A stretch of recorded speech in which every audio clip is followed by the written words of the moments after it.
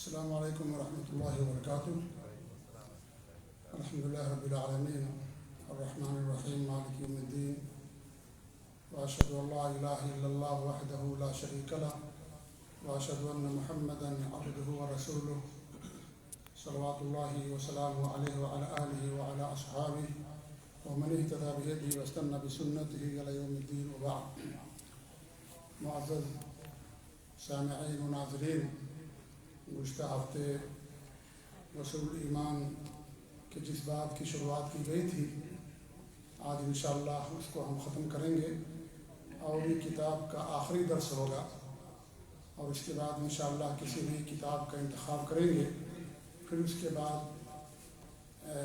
درس کا آغاز کیا جائے گا، جس کا اعلان بھی ہوگا انشاءاللہ۔ جو نئی کتاب ہم شروع کریں گے کچھ دنوں میں، اور پھر اس کا باقاعدہ انشاءاللہ اعلان کیا جائے گا۔ ہماری گفتگو اس سے پہلے جو ہوئی تھی کم گفتگو کرنے کے تعلق سے، کہ انسان کو کم گفتگو کرنی چاہیے اور بلا دلیل گفتگو نہیں کرنی چاہیے۔ آج کا درس بھی اسی سے متعلق ہے۔ آئیے حدیث پڑھتے ہیں۔ 2 حدیثیں رہ گئی تھیں، آج دونوں حدیثیں انشاءاللہ ہم پڑھیں گے۔ پہلی حدیث ہے آج کے درس کی، اور اس باب کی دوسری حدیث ہے۔ وعن بريدة رضي الله عنه قال: سمعت رسول الله صلى الله عليه وسلم يقول: إن من البيان سحرا، وإن من العلم جهلا، وإن من الشعر حكمة، وإن من القول عيالا۔ یہ ابو داؤد کی روایت ہے اور یہ حسن درجے کی حدیث ہے۔ اس میں کچھ باتیں تو بخاری کے اندر بھی آئی ہوئی ہیں، اور کچھ باتیں حدیث کی دیگر کتابوں کے اندر پائی جاتی ہیں۔ اس حدیث کے جو راوی ہیں وہی بریدہ رضی اللہ تعالیٰ عنہ، بڑے مشہور صحابی ہیں، اور بہت پہلے انہوں نے اسلام قبول کیا، اور ہمارے نبی صلی اللہ علیہ وسلم کے ساتھ تقریباً تمام جنگوں میں شرکت فرمائی۔ تقریباً بڑے عظیم صحابی ہیں، بہت ساری ان کی حدیثیں ہیں، اور صلح حدیبیہ میں شرکت کی، بیعت رضوان میں اللہ کے رسول صلی اللہ علیہ وسلم کے ہاتھ پر بیعت کیا، اور اس طریقے سے فتح مکہ کے موقع پر اللہ کے رسول صلی اللہ علیہ وسلم نے آپ کو ایک جھنڈا نصیب جو ہے عطا کیا تھا، اور لمبی عمر ہی نہیں ملی۔ یزید بن معاویہ کے دور خلافت میں سن 63 ہجری میں ان کی وفات ہوئی۔ اس حدیث کے اندر اللہ کے رسول صلی اللہ علیہ وسلم نے 4 باتیں بیان کی ہیں۔ پہلی بات کیا ہے؟ ان من البیان سحرا، جادو، یہ بیان کے اندر جادو ہوتا ہے۔ یہ لفظ بخاری کے اندر بھی آیا ہوا ہے۔ اس کا مطلب یہ ہے کہ جیسے جادو کے اندر اثر ہوتا ہے، اسی بیان کے اندر بھی اثر ہوتا ہے۔ جادوگر کو آپ دیکھتے ہیں کہ کس طریقے سے حقیقت کو الٹا پیش کرتا ہے، اور جب تک لوگ اس کے سامنے ہوتے ہیں انہیں وہی چیز حقیقت نظر آتی ہے۔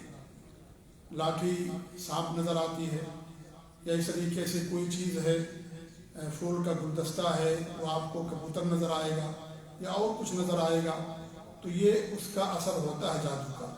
اسی طریقے سے بیان کا بھی اثر ہوتا ہے انسان کی زندگی پر۔ اور جادو کو عربی زبان میں سحر کہتے ہیں۔ سحر کے معنی ہوتے ہیں لغت کے اعتبار سے پھیرنا، تو اسے جادو لوگوں کے دلوں کو اپنی طرف پھیر لیتا ہے۔ ایسے ہی بیان کے اندر بھی اللہ رب العالمین نے تاثیر رکھی ہے کہ لوگوں کے دلوں پر اس کا اثر ہوتا ہے۔ بیان یہ ایک نعمت ہے اللہ رب العالمین کی طرف سے۔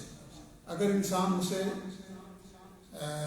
احقاق حق کے لیے، حق کی نشر و اشاعت کے لیے، باطل کی تردید کے لیے اسے استعمال کرتا ہے تو الحمدللہ اس کے لیے خیر ہے، بھلائی اور نعمت ہے۔ لیکن اگر وہ اس کو، جو اللہ نے اسے نعمت دے رکھی ہے، اگر وہ باطل کی اشاعت کے لیے، شر کے پھیلانے کے لیے استعمال کرتا ہے تو اس کے لیے وبال جان ہے۔ اس کی مثال ایسی جیسے انسان کو اللہ نے مال دیا ہو، مال فی نفس ہی غلط نہیں ہے، مال خیر ہے، اللہ کا فضل ہے، اس کے استعمال سے اس کا حکم بدل جاتا ہے۔ اگر انسان مال کو برائی کے لیے، گناہوں کے لیے، فسق و فجور کے لیے، غلط کاموں کے لیے استعمال کرے گا تو اس کے لیے یہ مال وبال جان ہے اور یہ قابل مذمت ہے۔ لیکن اگر انسان مال کو اللہ کے دین کے پھیلاؤ کے لیے، مساجد مدارس کی تعمیر کے لیے، خیر کے کاموں کے لیے استعمال کرتا ہے تو الحمدللہ یہ قابل محمود ہے، بڑی اچھی چیز ہے۔ تو اس میں مال فی نفس ہی غلط نہیں ہے۔ اس طریقے سے اللہ نے جس کو زبان دی، بیان دیا، طاقت دی اور اس کے بیان اور زبان میں تاثیر رکھی ہے، یہ اللہ تعالیٰ کی نعمت ہے۔ اسے چاہیے کہ خالق کے دین کے اشاعت کے لیے، حق کے پھیلانے کے لیے اس کو استعمال کرے۔ جس رب نے، جس ذات نے اسے یہ زبان اور طاقت دی ہے، اس ذات کے دین کی نشر و اشاعت کے لیے اور اس کے بتائے ہوئے خیر کے کاموں کے لیے استعمال کرے تو اس کے لیے بہتر ہے، اور اگر وہ برائی کے لیے استعمال کرے گا تو اس کے لیے غلط ہو جائے گا۔ تو کچھ لوگ کہتے ہیں اس حدیث میں آپ نے بیان کی مذمت کی ہے، حالانکہ حقیقت یہ ہے کہ بیان کی مذمت نہیں کی گئی ہے۔ بیان ایک نعمت ہے اللہ کی طرف سے، زور بیانی، فصاحت اور بلاغت یہ اللہ کی طرف سے نعمت ہے۔ کچھ لوگوں کے پاس یہ نعمت ہوتی ہے کہ ان کی زبان میں بڑی تاثیر رہتی ہے، بڑا اثر رہتا ہے، اور زبانوں میں بولتے ہیں، دلوں پر اس کا اثر ہوتا ہے، تو یہ اللہ کی طرف سے ایک نعمت ہے۔ اس کے استعمال سے حکم بدل جاتا ہے۔ اگر آپ باطل کی نشر و اشاعت کے لیے استعمال کریں گے تو قابل مذمت، اور اگر بھلائی کے لیے، توحید اور سنت کے لیے، منہج سلف کی نشر و اشاعت کے لیے آپ اس کو استعمال کریں گے، باطل اور گناہوں کی تردید کے لیے استعمال کریں گے، تو یہ آپ کے لیے بڑی نعمت ہے، قابل تعریف ہے۔ دوسری بات ہمارے نبی نے فرمائی، وَإِنَّ مِنَ الْعِلْمِ جَهْلًا، علم جیسے بتایا کہ بیان کے اندر جادو ہے، ایسے آپ نے فرمایا کہ علم کے اندر جہالت بھی ہوتی ہے۔ علم کے اندر جہالت بھی ہوتی ہے۔ اس کا کیا مطلب ہے؟ اس کا مطلب علماء نے یہ بیان کیا ہے کہ ایسا علم جو انسان کے لیے نفع بخش نہ ہو، اس علم کا پڑھنا، اس کا حاصل کرنا، وہ جہالت ہی ہے۔ نہ اس کی زندگی میں کوئی فائدہ، نہ قوم ملت کے لیے فائدہ، کسی کے لیے کوئی فائدہ نہیں، تو اس علم کا حاصل کرنے میں انسان کے لیے کوئی فائدہ نہیں ہے، وہ جہالت ہی ہے۔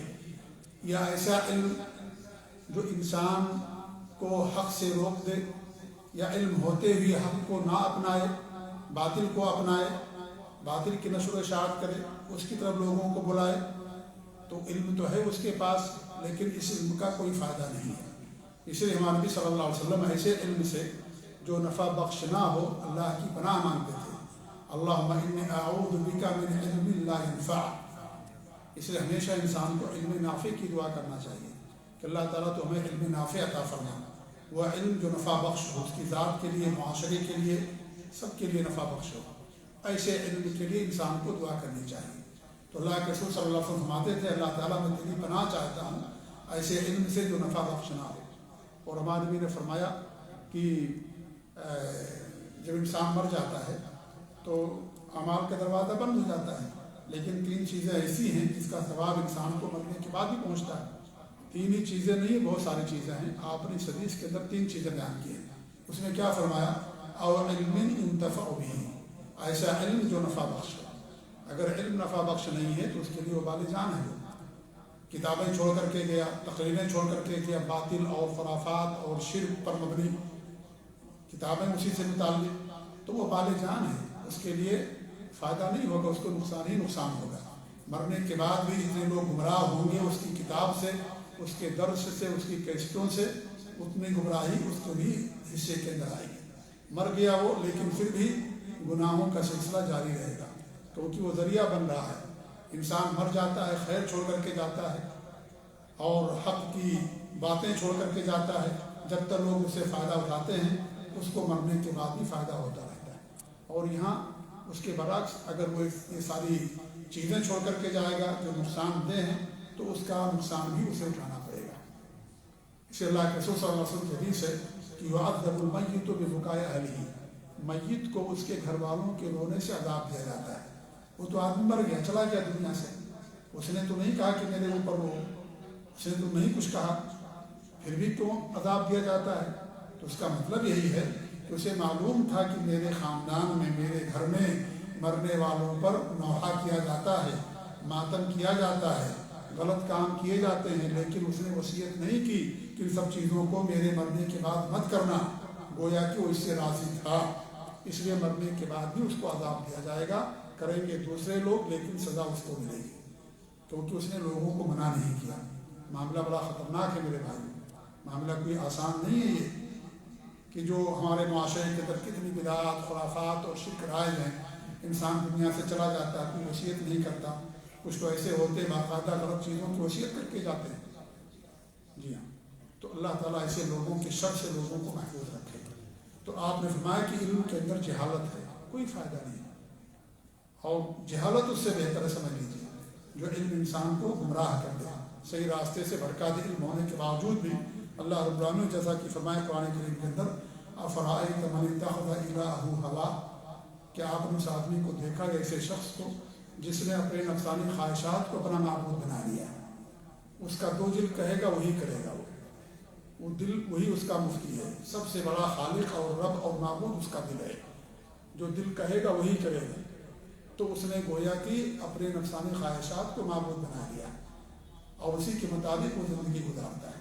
پھر آپ نے فرمایا وَأَضَلَّهُ اللَّهُ عَلَىٰ عِلْمٍ، اللہ نے کیا کیا، اس کو علم کے باوجود اسے گمراہ کر دیا. علم تھا اس کے پاس. اس کا دو معنی علماء نے بیان کیا ہے.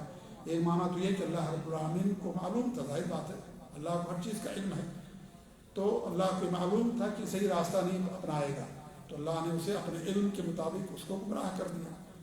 اللہ کو معلوم تھا کہ حق پہنچے گا لیکن وہ قبول نہیں کرے گا، ہدایت آئے گی لیکن اسے قبول نہیں کرے گا. وہ اللہ کو ہر چیز کا علم ہے، کون جنتی ہے کون جہنمی ہے سب اللہ جانتا ہے اپنے علم کے مطابق. تو اللہ نے اپنے سابق علم کے مطابق اسے گمراہ کر دیا. اور دوسرا معنی یہ بیان کیا کہ اس آدمی کے پاس خود علم تھا لیکن اس علم سے فائدہ نہیں اٹھایا. اور آج دیکھیں ہمارے معاشرے میں کتنے لوگ ہیں عالم ہیں، آپ ان کے سامنے بات کریں گے تو فیل ہو جائیں گے، ان کے پاس عقل بھی ہے، سوجھ بوجھ بھی ہے، لیکن کتاب و سنت اور صحیح سوچ بوجھ نہیں ان کے پاس. تو علم کے باوجود بھی گمراہ ہیں، گویا کسی راستے سے بھٹکے ہوئے ہیں. تو علم کے اندر جہالت بھی ہوتی ہے، علم انسان کو نقصان دہ بھی ہوتی ہے. ایسا علم جو بدعات اور شرک پر مبنی ہو، یا ایسا علم جو اللہ کے دین سے دور کرے، خالق سے دور کرے، یا ایسا علم جو جس میں انسانیت کے لیے کوئی بھلا نہ ہو، کوئی فائدہ نہ ہو، یہ تمام علم گویا کی نقصان دہ ہے. تیسری بات ہمارے نے فرمائی وَإِنَّ مِنَ الشِّعْرِ حِکْمَةً، شعر کے اندر حکمت کی باتیں ہوتی ہیں. اور صحیح بات ہے، آپ دیکھیں کچھ اشعار ایسے ہوتے ہیں بڑی حکمت کی باتیں اس کے اندر ہوتی ہیں. اشعار فی نفس ہی غلط نہیں ہوتے ہیں، لیکن انسان اگر اشعار کے ذریعے سے غلط چیز کی ترجمانی کرے گا، غزل ہے، اور اس طریقے سے فسق و فجور اور شراب نوشی اور عورتوں کی تعریف اور یہ ساری باتیں جو آج کل شعر و شاعری کے اندر ہوتی ہیں، تو شعر تو ایک نعمت اللہ کی طرف سے اللہ نے کسی کو زبان کی طاقت قوت دی، لیکن اسے غلط چیزوں کے لیے استعمال کرتا ہے. تو جیسے بیان کے اندر بتایا گیا وہی معاملہ یہاں پر بھی آتا ہے. لیکن اگر وہ شعر کو اسلام کے اشاعت کے لیے، توحید کے اشاعت کے لیے استعمال کرتا ہے، بدعات اور خرافات کی تردید کے لیے استعمال کرتا ہے، تو اس کے لیے قابل تعریف ہے.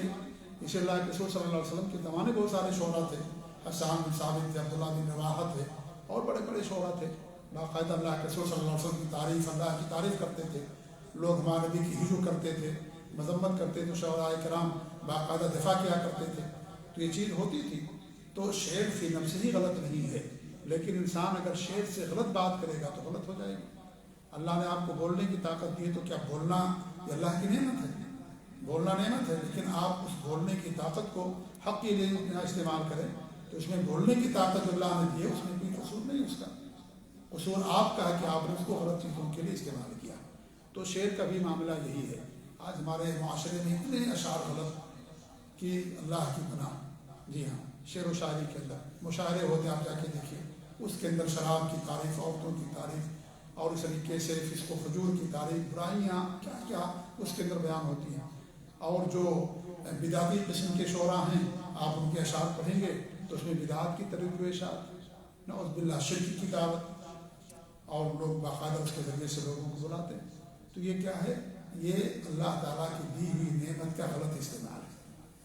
ان کے لیے وہ بال جان ہے، اللہ تعالیٰ ان سے سوال کرے گا. چوتھی بات ہمارے نے فرمائی وَإِنَّ مِنَ الْقَوْلِ عِيَالًا، کچھ قول ایسے ہیں جو بیکار ہو جاتے ہیں، کوئی فائدہ نہیں ہوتا. کیا مطلب اس کا؟ اس کا مطلب یہ ہے کہ آپ بات کرنے سے پہلے دیکھیں کہ آپ کی بات یہاں مناسب ہے یا مناسب نہیں ہے، فائدہ ہے کہ فائدہ نہیں ہے. آپ اس کو دیکھیں، آپ کن کو مخاطب کر رہے ہیں، آپ کن سے گفتگو کر رہے ہیں.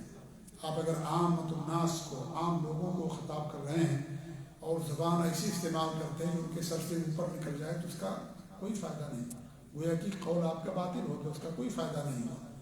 اسی لیے جو ہے لوگوں کے ذہن اور ان کی سوچ کے مطابق جو ان کا علم لیول ہے اس کے مطابق انسان کو گفتگو کرنی چاہیے۔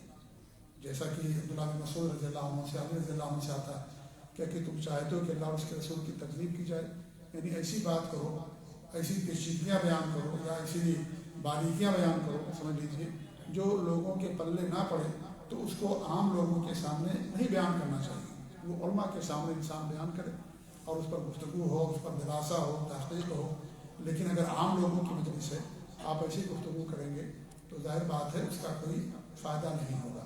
تو ہمارے بھی فرماتے ہوئے وَإِنَّ مِنَ الْقَوْلِ عِيَالًا، کچھ قول ایسے ہیں جو برباد ہو جاتے ہیں، بیکار اور ضائع ہو جاتے ہیں، اس کا کوئی فائدہ نہیں ہوتا ہے۔ آپ پانی پتھر پر ڈالو گے تو کیا فائدہ ہوگا اس کا، لیکن اگر وہی آپ فصل میں کھیت میں ڈالیں گے تو اس کا فائدہ ہوگا، فصل اگے گی اور اس کے اندر پھل لگیں گے، لوگ فائدہ اسے اٹھائیں گے۔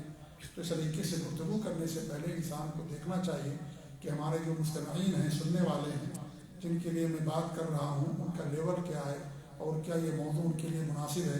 کبھی کبھی وقت مناسب نہیں ہوتا ہے اور انسان بات کر لے، اس کا کوئی فائدہ نہیں ہوتا ہے۔ خوشی کی محفل میں اگر غمی کی آپ باتیں کریں گے تو ظاہر بات ہے لوگ اس کو نہیں سنیں گے۔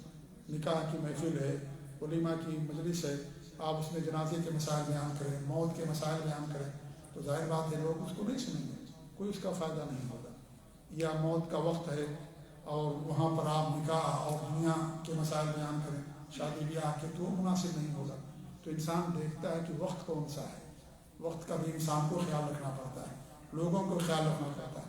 آپ پڑھے لکھے لوگوں کو آپ خطاب کریں گے، ان کا خطاب، اور عام لوگ جو ہیں عام قسم کے، ان کو خطاب کرنا، دونوں فرق ہوتا ہے۔ دونوں کو ایک زبان اور ایک ہی طریقہ انسان نہیں استعمال کرتا ہے۔ تو ایک داعی ہوتا ہے جو عالم دین ہوتا ہے، ایک حکیم ہوتا ہے، اور وہ سمجھتا ہے کہ کون سی بات یہاں پر زیادہ فائدہ مند ہے اور حکمت کے لحاظ سے جو مفید ہے اس کے لحاظ سے وہ بات کرتا ہے۔ تو چار باتیں اللہ کے رسول صلی اللہ علیہ وسلم نے اس حدیث کے اندر جو ہے بیان فرمائی ہیں، جو بڑی ہی اہم باتیں ہیں۔ آخری حدیث اس کتاب کی یہ ہے جو عمر بن عاص رضی اللہ تعالیٰ عنہ سے مروی ہے۔ عمر بن عاص بڑے مشہور صحابی، فاتح مصر ہیں، مصر کو انہوں نے فتح کیا، یرموک کو انہوں نے فتح کیا، بڑے عظیم صحابی ہیں۔ آخر میں انہوں نے اسلام قبول کیا، لیکن بہت بہادر تھے اور بڑی طاقت اللہ ان کو دے رکھی تھی۔ جب حبشہ لوگ گئے تھے، صحابہ کرام کو اللہ کے رسول صلی اللہ علیہ وسلم نے حبشہ جانے کی اجازت دی، تو جو وفد گیا تھا ان کو واپس لانے کے لیے ان میں سے عمر بن عاص بھی تھے۔ اس وقت مسلمان نہیں تھے، بعد میں مسلمان ہوئے، تحفے تحائف لے کر گئے تھے حبشہ میں نجاشی کے پاس۔ نجاشی نے ان کی بات نہیں سنی اور ان کے تحفے تحائف واپس کر دیے، اور صحابہ کو وہاں پر رہنے کی اجازت دی کہ ہماری پوری اقلیم میں، پورے ہماری ریاست جہاں تک میری حکومت ہے، تم آسانی کے ساتھ اور یعنی یہاں پر رہو، تمہیں کوئی کچھ نہیں کہے گا۔ تو ان کو واپس کر دے۔ تو ان میں عمر بن عاص رضی اللہ تعالیٰ عنہ بھی تھے، بڑے عظیم صحابی ہیں یہ، جو ہے مصر کے گورنر تھے، اور عمر رضی اللہ عنہ کو گورنر وہاں متعین کیا تھا، اور اس کے بعد معاویہ رضی اللہ عنہ نے بھی ان کو وہاں پر برقرار رکھا گورنر، عثمان رضی اللہ عنہ کو وہاں کا گورنر برقرار رکھا۔ سنت دان ہجری میں ان کی وفات ہوئی ہے عمر بن عاص رضی اللہ تعالیٰ عنہ کی۔ وہ کہتے ہیں کہ قام رجل فاکثر القول، ایک آدمی کھڑا ہوا، اس نے بہت لمبی گفتگو کی، فقال عمر، تو جو حدیث کے راوی ہیں وہ کہتے ہیں کہ عمر بن عاص نے کیا فرمایا، لو قصد فی قوله لکان خیر اللہ، اگر وہ مختصر گفتگو کرتا تو اس کے لیے زیادہ بہتر ہوتا۔ فإنی سمعت رسول اللہ صلی اللہ علیہ وسلم یقول، کیونکہ میں نے اللہ کے رسول صلی اللہ علیہ وسلم کو فرماتے ہوئے سنا ہے، یا یہ کہا کہ لقد رأیت او امرت، یعنی راوی جو ہیں ان کو شک ہو گیا کہ عمر بن عاص نے کیا فرمایا، کیا یہ کہا کہ میں نے دیکھا، یا یہ کہا کہ مجھے حکم دیا گیا ہے۔ آپ دیکھیں جو حدیث کے راوی تھے، بیان کرنے والے، کتنا احتیاط سے کام لیا انہوں نے، کتنا احتیاط، یعنی ان کو شک ہو گیا کہ حضرت عمر بن عاص نے یہ کہا کہ میں نے دیکھا، یا یہ کہا کہ مجھے حکم دیا گیا ہے۔ میں بھول گیا کہ عمر بن عاص نے کیا کہا، دونوں میں سے کوئی ایک بات کہی انہوں نے۔ کتنی امانت داری کے ساتھ انہوں نے حدیث کو ہم تک پہنچایا۔ صحابہ کرام رضی اللہ تعالیٰ عنہم اجمعین نے ایک ایک بات جہاں ہم کو شک ہوا بتا دیا کہ یا تو انہوں نے یہ لفظ استعمال کیا یا تو یہ لفظ استعمال کیا. اس سے بڑی امانت داری اور کیا ہو سکتی ہے دین کے معاملے میں, حدیثوں کو روایت کرنے میں. آج لوگ کہتے ہیں کہ صحابہ کرام نے جو ہے کوئی امانت داری سے کام نہیں لیا, نعوذ باللہ, اور جو ہے جو چاہا جو بیان کر دیا, استغفر اللہ. دیکھیے یعنی ایک حدیث کی مثال ہمارے سامنے, ورنہ انہوں نے کتنا احتیاط سے کام لیا ہے. آپ تاریخ پڑھیں گے, ان کی سیرت پڑھیں گے تو آپ جو ہے حیران رہ جائیں گے کس قدر تثبت سے اور تحقیق سے انہوں نے کام لیا. اللہ ان کو حافظہ بھی اسے دے رکھا تھا, لیکن جہاں بھی کچھ شک ہوا فوراً انہوں نے بیان کر دیا, تو یہ لفظ استعمال کیا یا تو انہوں نے یہ لفظ استعمال کیا تاکہ ہمارے سر پر نہ آئے.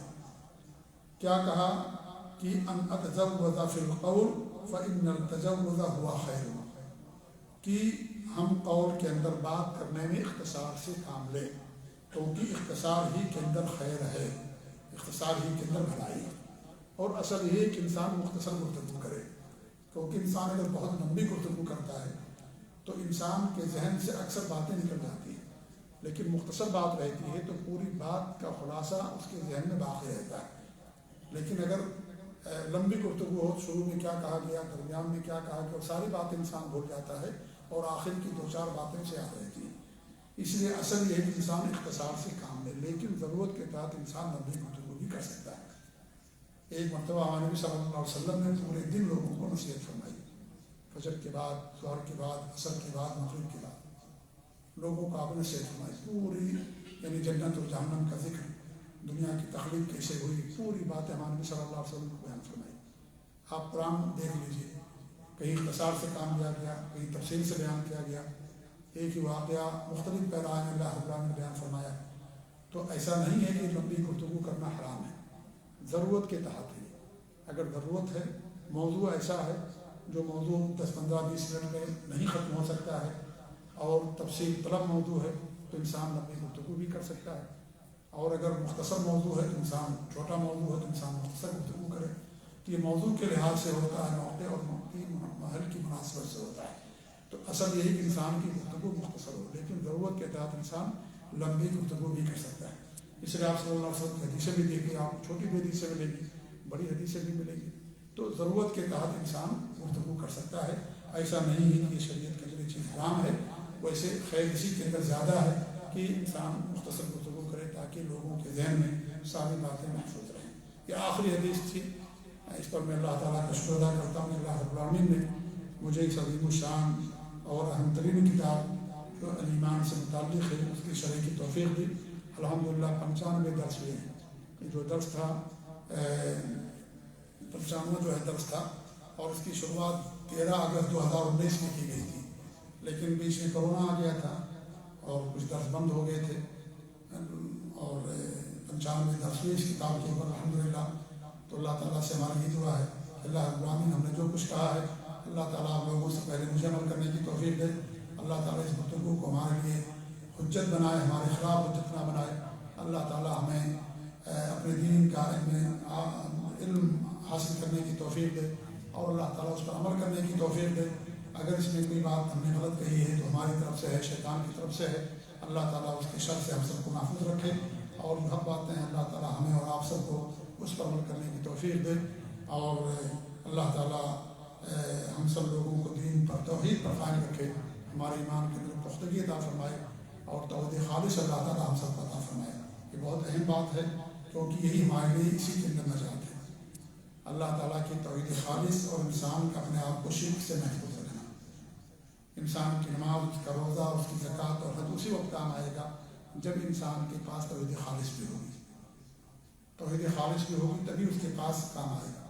اللہ تعالیٰ نے فرمایا ہے کہ جو داہنے والے ہیں جنتی, وہ سوال کریں گے مجرموں سے جو جہنم کے اندر چلے جائیں گے, ما سلککم فی سقر, تم جہنم کے اندر کیوں چلے گئے؟ تو کیا کہیں گے, لم نکن من المصلین, ہم نمازیوں میں سے نہیں تھے. مطلب یہ ان لوگوں کے بارے میں بیان کیا جا رہا ہے جو اسلام میں سے تھے.